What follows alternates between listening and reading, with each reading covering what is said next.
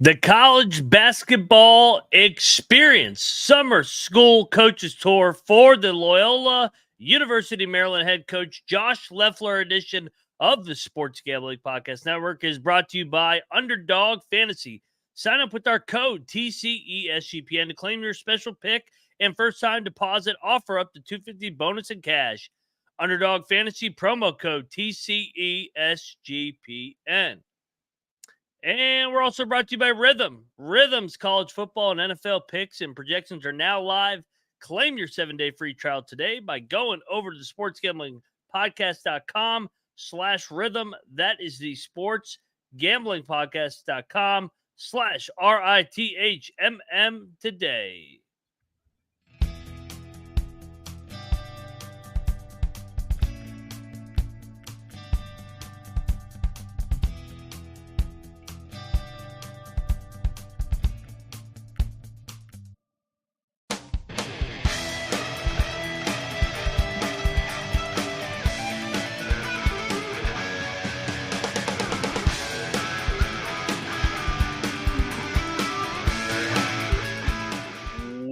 Welcome, everybody, into the college basketball experience.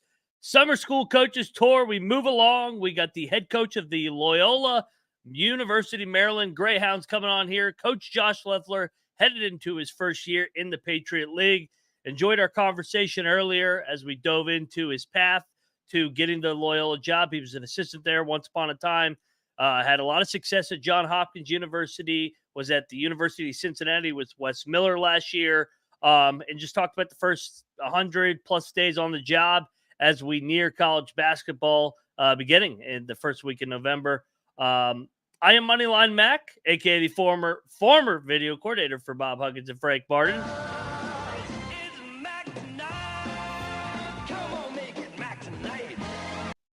Also known as Mac Tonight over here at the College Experience. And, hey, man, the summer school coaches tour caravan continues on. We've had two on earlier this week. We got another one coming on tomorrow. Obviously got Coach Loeffler coming on here in a couple minutes. Real quick, before we dive into the interview with Coach Loeffler, I want to talk to you guys about Underdog Fantasy because the code right above my head, code at TCESGPN. You're going to get over there and use our sign-up code to claim your special pick and first-time deposit offer up to $250 bonus in cash. Underdog Fantasy promo code TCESGPN. And we're also brought to you by none other than Game Time. Use our code CFBX to get the best tickets, lowest price guaranteed. I love Game Time. Talked about it all the time. I go to college basketball games all year long. Use Game Time so that I get the best tickets. They send you a picture of where your seats are. Can't beat it. Recommend it to anybody. So use our promo code CFBX, and that is the Game Time app. Download it today. Last minute tickets, lowest price guaranteed. All righty, let's get into the sit-down interview with Coach Loeffler. With further ado, the head coach of the Loyola University Maryland Greyhounds, Coach Loeffler. And we continue our summer coaches tour on the college basketball experience with the head coach of the Loyola University Maryland Greyhounds, Coach Josh Loeffler. Coach, how's it going? It's going great, man. Thanks for having me. Really excited to talk to you a little bit here this morning. And it's been a good summer so far. Been a good start to the new job here at Loyola, and excited to keep it going. Absolutely, and obviously a familiar place for you, but just fill us in what you've been up to. I know it's probably been a chaotic 90-plus days, been getting this job and getting this program ready to go. We're 3 months out from the season, but just fill everybody in about your summer so far. Yeah, so got the job in the beginning of April. Actually timing-wise allowed me to get here and work with the team a little bit before they had to take off for final exams, which was great just to get a feel for the personnel in the program. They could get a feel for me, and then, start to really address what we thought, were the main things that we needed to do to try to take the steps to have success in this first year. And then, the process of starting in a new program for a coaching staff is it's pretty I don't want to say daunting, but there's just a lot to do, so you got to hire assistants, you got to onboard, your assistants have to move to a new city and go through all the things behind the scenes that probably people don't think about all that much when it comes to changing jobs and taking over a new program and things like that. And then from there you got to recruit some new players, and we got some guys in the spring that we were excited about. And, then we got guys back, we kind of backloaded our summer. So guys got here in July for team workouts, and we'll finish those up. We got about 2 more weeks before they get a little break, and then they'll go home and come back for the fall semester. So it feels like it's flown by. Every day it feels like, man, what happens to the day, and how is it already, 4 o'clock? How's it already 5 o'clock? But I feel like we're making progress. It's just, like I said, there's a lot to do when you get a new job in the college basketball world. Oh, especially with everything changing on a day-to-day basis, week-to-week basis. But, Coach, we'll talk about your current team here and your current staff here in a little bit. But I want to rewind first, go back to you grew up in Pennsylvania. You played at Swarthmore College. Is that correct? Yeah. Just talk about your playing career and when you knew you wanted to get into coaching early on in your career. Oh, man, that's a great question. I think I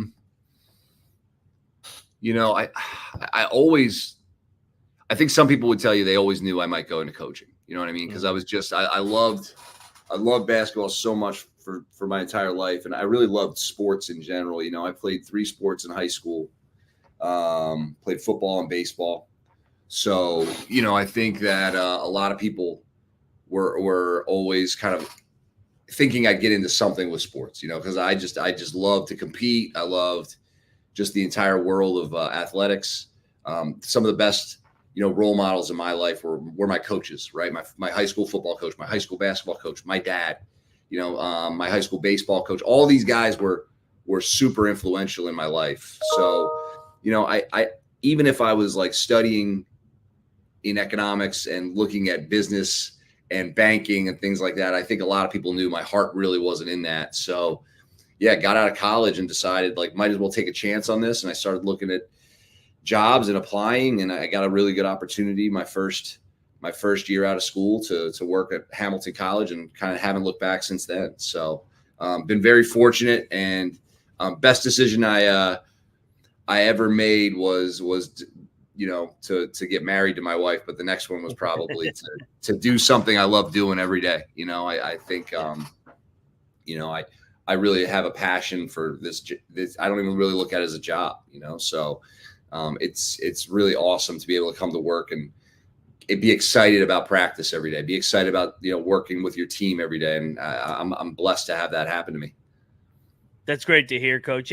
So you mentioned it. You got into coaching right when you got done with your playing career. Stops at Hamilton, St. Lawrence, and then Williams before you became a head coach at Stephen Sack. Talk about those early stops. I always say that the best coaches come from the lowest of levels, because you learn every single hat in the program, whether it's the operations, video, the manager side of things, and 1% of your job is coaching, actually. So just talk about all the dues that you paid and what you early lessons learned is what I'm trying to ask. Yeah, no, it's a great question. At Hamilton, I actually I was a defensive assistant for the football program too, and I recruited more for football. And then with basketball, that paid the bills. Yeah. So I got really lucky that my ex-football coach, my former football coach had said, "Hey, come up here, coach football, but we'll get you hooked up with basketball, and that's what your passion is."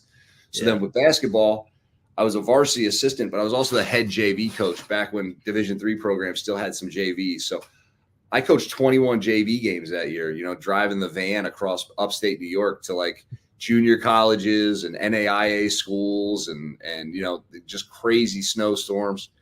Then I went to St. Lawrence, and, I was the only assistant on staff who was in the building during the day, so I was running workouts with players, individual development. I was involved with every scout. And then I was on the road recruiting.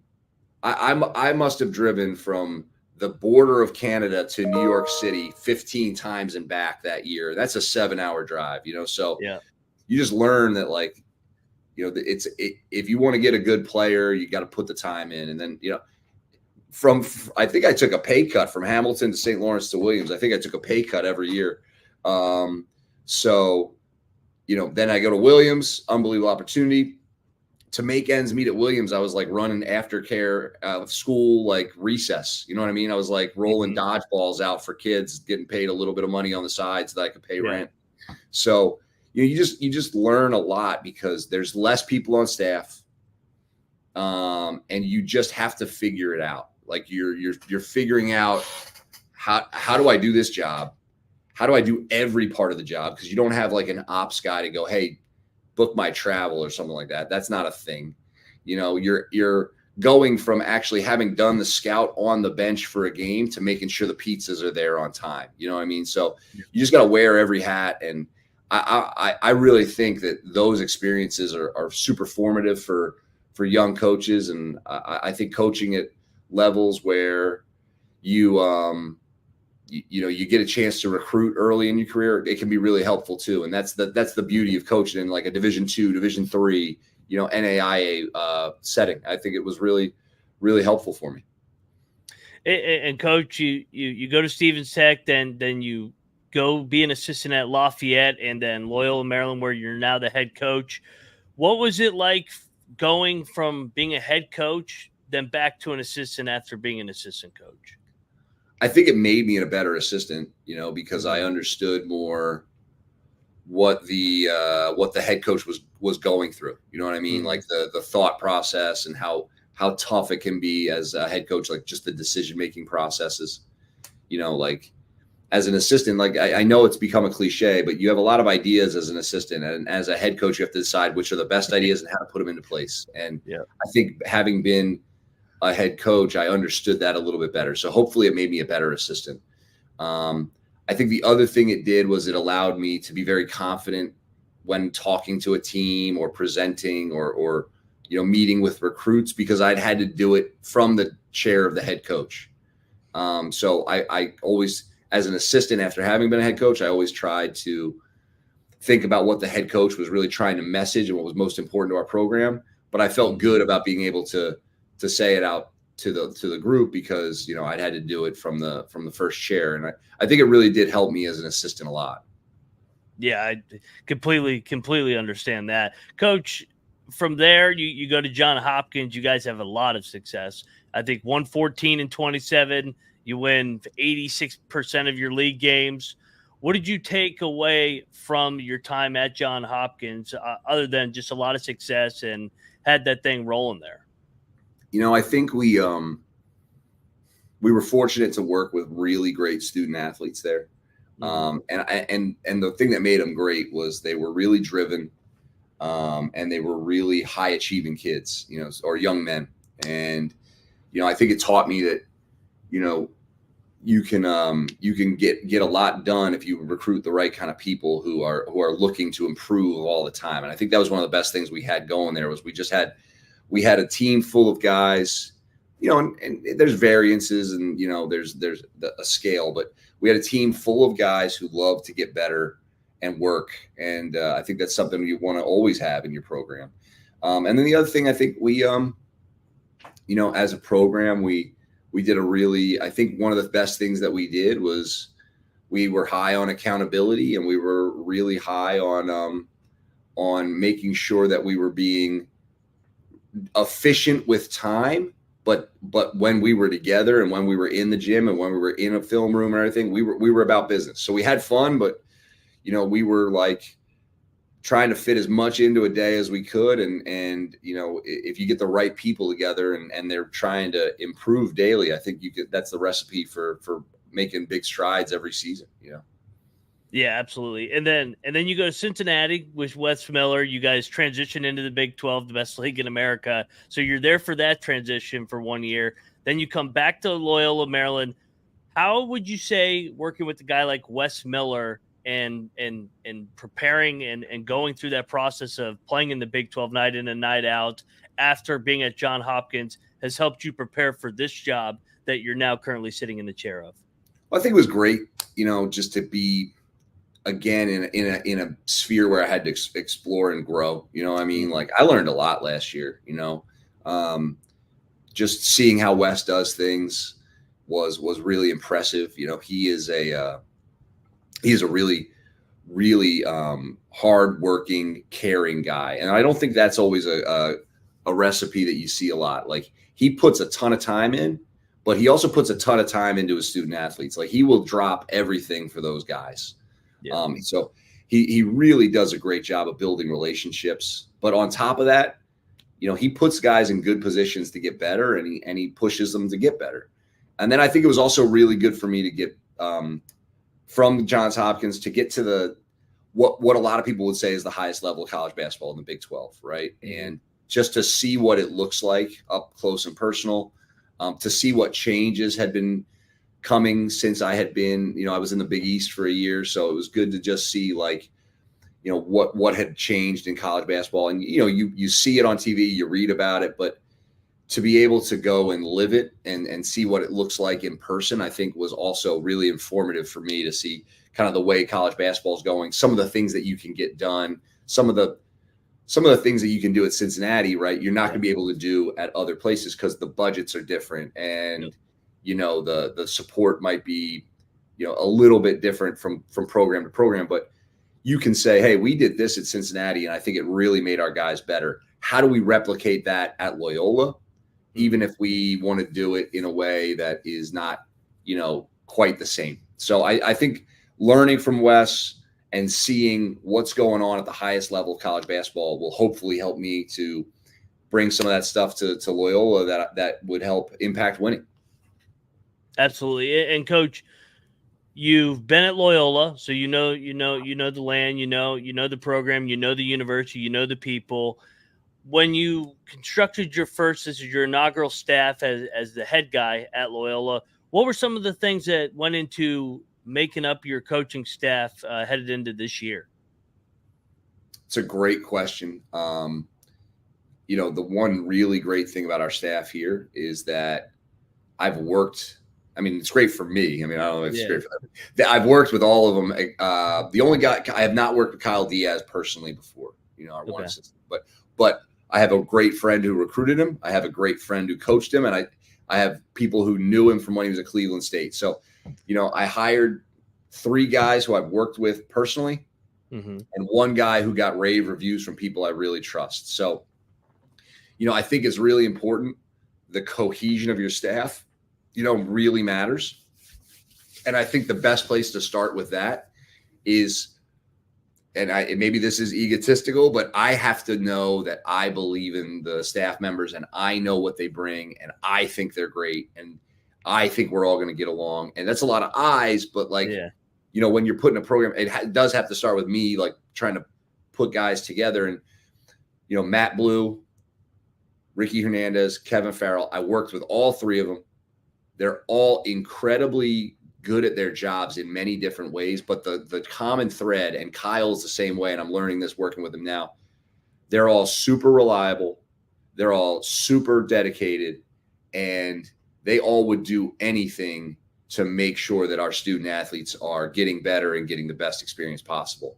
And on top of that, they're all honest and they're over themselves, right? Like they don't have huge egos. So we can get in a room and we can let the best idea win. We're not trying to just win to say that, oh, well, I had an idea and I get to do it, or I had a recruit and that's what we're doing. So I think it all starts with the cohesion of the staff and the reliability of these guys. And I'm excited about that. I really am. That's one of my favorite questions asked. Just hear what you value in your coaching staff. What I know some guys just want to get players in. Some guys it's like, hey, I want to know who I'm working with. Other guys, it was a lot of mutual friends, and other guys just I will only work with guys that I know. So it's great to hear what went into your staff. Let me ask you this as well. You put together your schedule. You're still in the process, I believe, a couple games. How do you balance the bye games? Because you guys have to play bye games in November and December to prepare you for the Patriot League play. Yeah, I mean, I think that's a really good question because there's no real answer, right? The best laid plans, right? They go out the window at some point. Yeah. At the end of the day, we are trying to put ourselves in a position to win the Patriot League. That's the whole deal. And everybody in our league is doing the same thing. So your schedule should reflect that.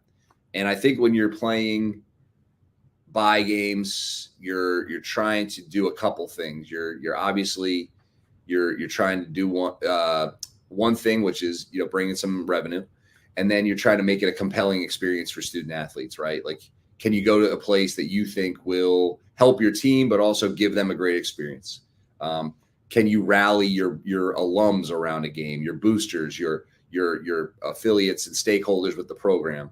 And so we tried to do that. And then on the back end, you're looking at your schedule and going like, all right, well, we're playing on that Tuesday. What do we want to do after that game? Can we position this game so that the next game is something we feel really good about in relation to that one? You're trying to put it together as a jigsaw puzzle. It doesn't always work, but you'd like to be able to look at your calendar of games and go like, all right, we're coming off that game, and this does make sense because, you know, this game makes the travel here isn't that bad from there, or we get to go home and then we can drive. You know, you're just trying to make sure that all the games align in a way that's not compromising your team's health, preparation, all that kind of stuff. Yeah, it's a micro macro. Of course, you want to win the bye games. You want to be on that ticker, and hey, Loyola upsets the top 25 team, but you also have the prize at the end. It's winning the Patriot League, getting into the dance. It's about getting better. Coach, you've taken a ton of your time. I appreciate it. I'm going to leave you with one last question. Let you answer it however you want to answer it. Year one of the Josh Loeffler era back at Loyola Maryland. What is something you guys will pride yourself on when everybody watches you guys this season in the Patriot League? I think you're going to see a team that really cares and really plays hard all the time. You know, I mean, like that's as cliche as it gets. So I apologize for that. It's all good. I'll throw. We're going to play the right way. Yeah. We're gonna, you know, we're gonna leave it all on the floor. I mean, I don't know. I think, you know, we were fortunate enough at Hopkins to play Loyola in an exhibition game one year here. And Santi Aldama was on that team at Loyola. He was hurt for the game, thank God. It actually really helped Johns Hopkins that the NBA first rounder didn't play in that game. But, you know, I talked to Santi not too long ago just to introduce myself as the new head coach. And he's a great guy. He obviously just got done playing for Spain in the Olympics, led him in scoring. And he was like, Coach, I remember you from Hopkins. Your guys played so hard. It was actually really impressive to watch. I was hurt, but I thought your guys played really, really hard. And like, as a coach, that's like the best compliment ever. You know, like, you know, we're going to move the ball. We're going to space the floor. We're going to play an attractive brand of basketball. But at the end of the day, we're going to compete. We're going to defend like crazy.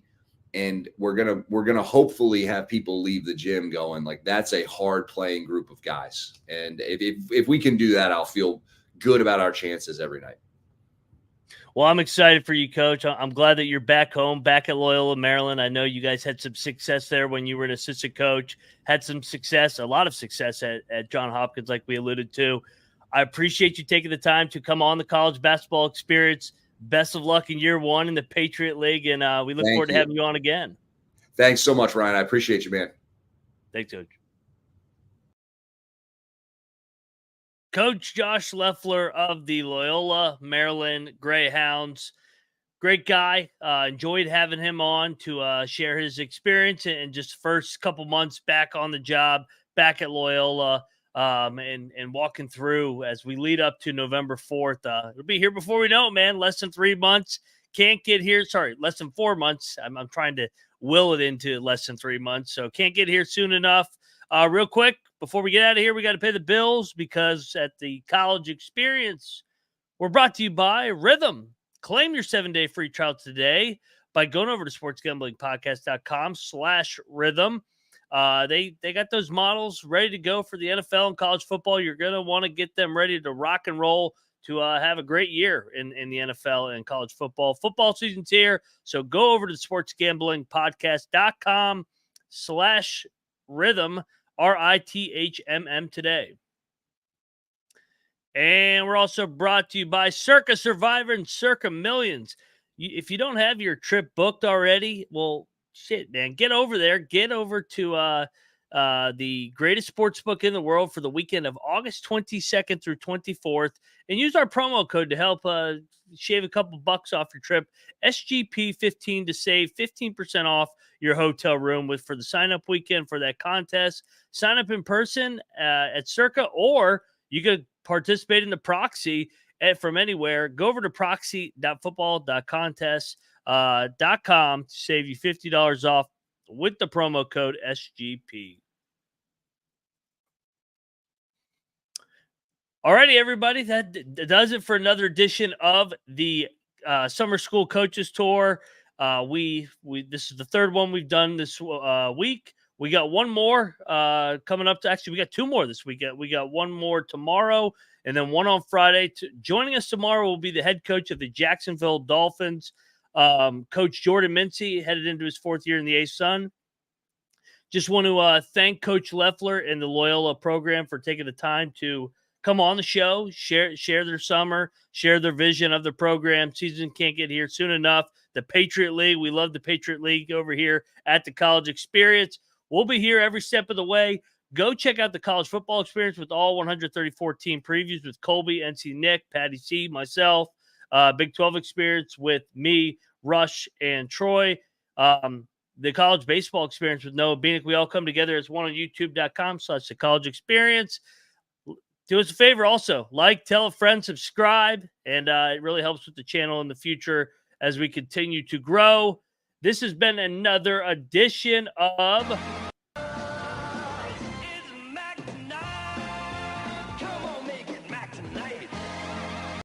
Mac Tonight, signing off over here at the College Basketball Experience. You better start thinking about yours, and we are out of here.